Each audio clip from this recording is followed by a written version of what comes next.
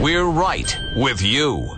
The Morning Majority, 5 to 9 on 630 WMAL. 37 on WMAL. KT McFarland, Fox News National Security Analyst, joins us now. You can actually watch KT on the internet, foxnews.com. DEFCON 3, her show, from 2 to 3 this afternoon.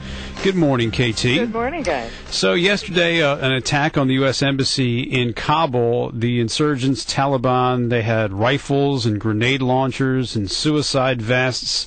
And meanwhile, apparently, the Afghan police didn't do a really good job of protecting residents. The reports I read this morning that residents were watching in horror as police officers were going down, and they didn't even have any body armor or enough ammunition to fight back. Does this expose our vulnerability when it comes to handing over security to the U.S., to the Afghan forces? Yeah, I think most definitely. What the Taliban was showing is, I think, sending three signals. One, to the U.S. forces, NATO forces, look, we can touch you anywhere, anytime, anywhere we want, as they did when they showed their attack on the Intercontinental Hotel in Kabul several weeks ago, which is the sort of, Ritz of Kabul. It's the biggest hotel, the one that's historic. It was also sending a message to the Karzai government saying, you can't stop us.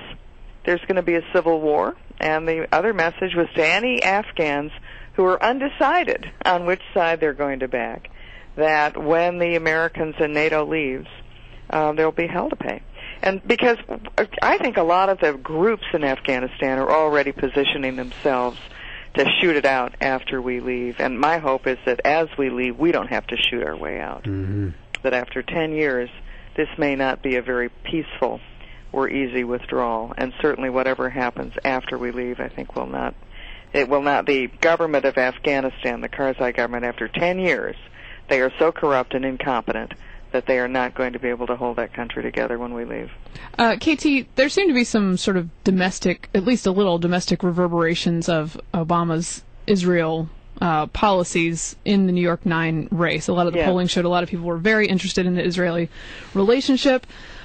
Israel, on some pins and needles in the Middle East right now. The administration, I suppose, would have a chance to send some signals of overt support. What do you think the landscape looks like for what the administration might do? Well, politically, Mary Catherine, they're in just between a rock and a hard place politically, because of this. The New York 9 race, do not underestimate the significance of this, because this means Florida.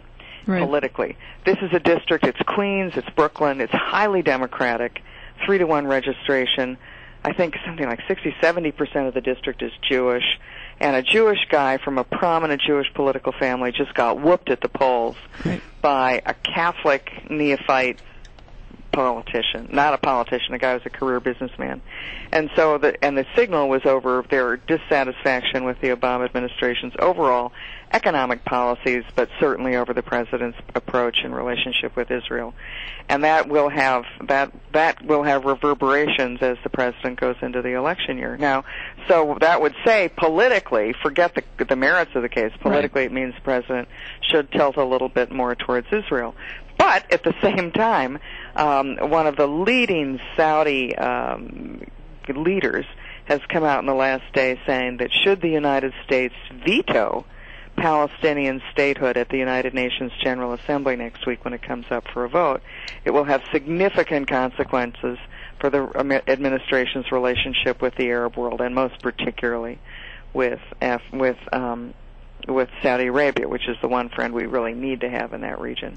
So the president's between a rock and a hard place. If he vetoes the Palestinian membership application, then the Arab world's going to be mad at him. And if he doesn't veto it and Palestine gets to be recognized as a state, the Israelis and Jewish community is going to be really mad at him. And I think in either event, there's likelihood to be conflict in that part of the world within the next 6 months. KT, about a week ago, there were stories in several places, I know you saw them, that suggested that the military was getting some pressure by some of the Obama administration to sort of draw down more quickly in Iraq and leave just a small force there, a force of about 3,000.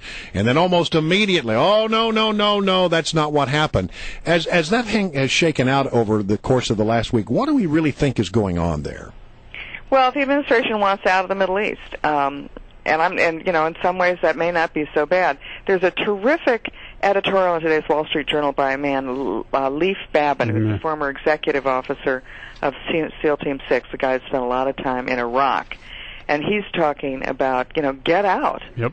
Take the wheels off the bike, training wheels off the bike. Let them see if they can ride, because the longer the U.S. stays, the more opportunity that presents for Iran and the anti-U.S. forces and the anti-democratic forces to say, hey, look, this is an American occupation they never intended to leave. So, there are arguments on both sides, and I think you just have to see how this plays out. The administration's getting out of there anyway, and to leave a residual force of a couple of thousand isn't going to make a military difference. It's more of a symbolic difference, and that symbol may not be one we want.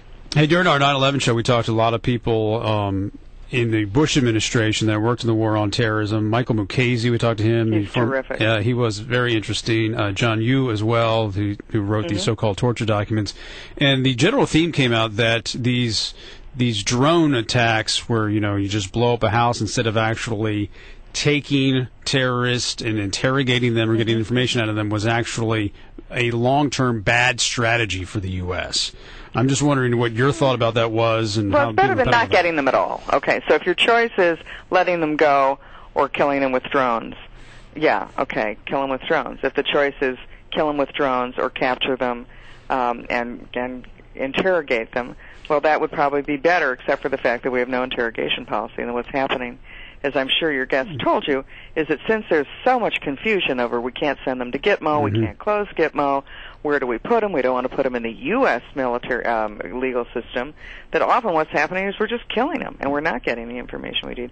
But I must say, though, the drone strike plan has been extremely effective at wiping out the middle management of Al-Qaeda, and I think that's why last weekend you didn't see an attack. Let's think about it. If you're Al-Qaeda, you've got to show. You've got to do something. Right. They haven't done anything big since the Madrid bombings, and the fact that they couldn't even pull off 3 guys, 2 of whom presumably had U.S. passports, and blow up a couple of trucks.